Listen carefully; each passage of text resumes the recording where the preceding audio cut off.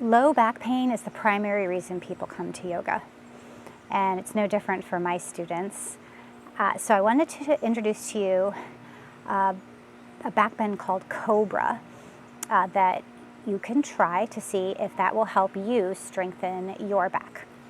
It looks like this. You come onto your abdomen, which you could cushion with a blanket, something underneath the pelvis if this becomes uncomfortable for you. The space between your feet is going to be up to you, and you may need to experiment with that.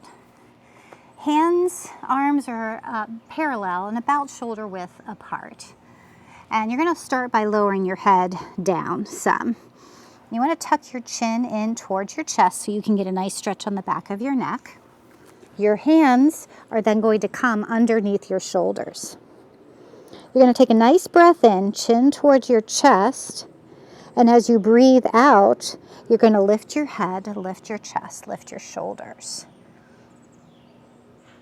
and then lower it down. Notice how that felt for your low back. If it didn't feel quite right, you might invite more space between your feet.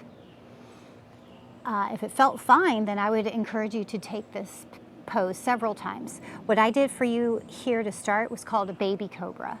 And I would suggest, if you haven't done any back bending during your day, definitely start there. After your back has warmed up some, you could move on to cobra.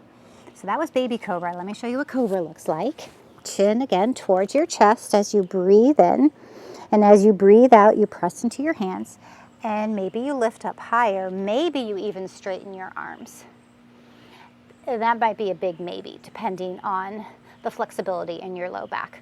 It is perfectly fine to do several baby cobras where the elbows stay bent, pressing into the hands. Another option for this pose will really put all of the work into the back, so strengthening even more by hovering your hands in a baby cobra. So let me show you how that is. And that would be, say, step 3 in this process. So hands underneath shoulders. You decide the width between your feet, chin to chest. Take a breath in.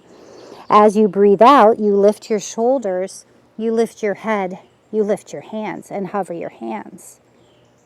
Now all of those muscles along the spine are working because you're not even using your hands at all.